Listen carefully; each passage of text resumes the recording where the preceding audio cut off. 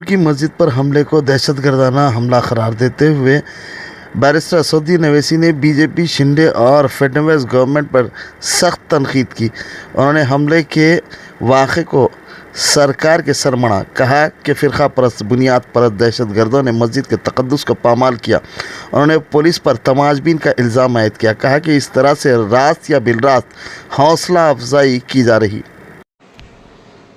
Viewers, हमारे Facebook, YouTube और Instagram page को लाइक, सब्सक्राइब, फॉलो, कमेंट्स और शेयर करना न भूलें ताकि फ्रीलांस जर्नलिज्म की फलाह व बखा को यकीनी बनाया जा सके। महाराष्ट्र में मस्जिद पे जो अटैक हुआ, ये एक किस्म से एक टेररिस्ट अटैक है मस्जिद के ऊपर और 6 दिसंबर कंटिन्यू हो रहा है और वहां पर शिंदे और फडणवीस की बीजेपी की सरकार है और उस सरकार की वजह से ये सब हमले मस्जिदों पर किए जा रहे हैं।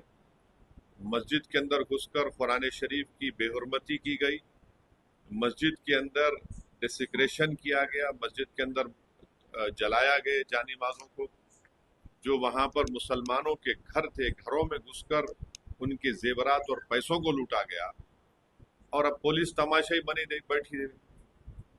तो ये पूरा एनकरेजमेंट दिया जा रहा है एक किस्म से, इनडायरेक्टली या डायरेक्टली बोलिए, वहां की बीजेपी और शिंदे सरकार की तरफ से।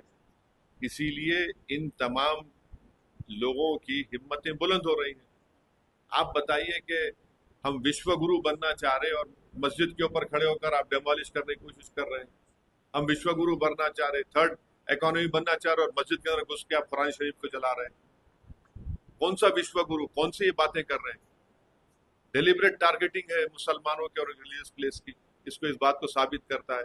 केस बुक करे, कितनों को अरेस्ट करे आप।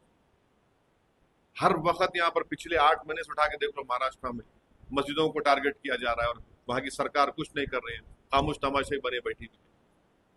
तो इसीलिए मैंने कल ये बात कही है कि अब आने वाले विधानसभा के चुनाव में महाराष्ट्र के मुसलमानों को, एमआईएम पार्टी कैंडिडेट्स को आप कामयाब करिए। कोई तो आवाज उठाए ना।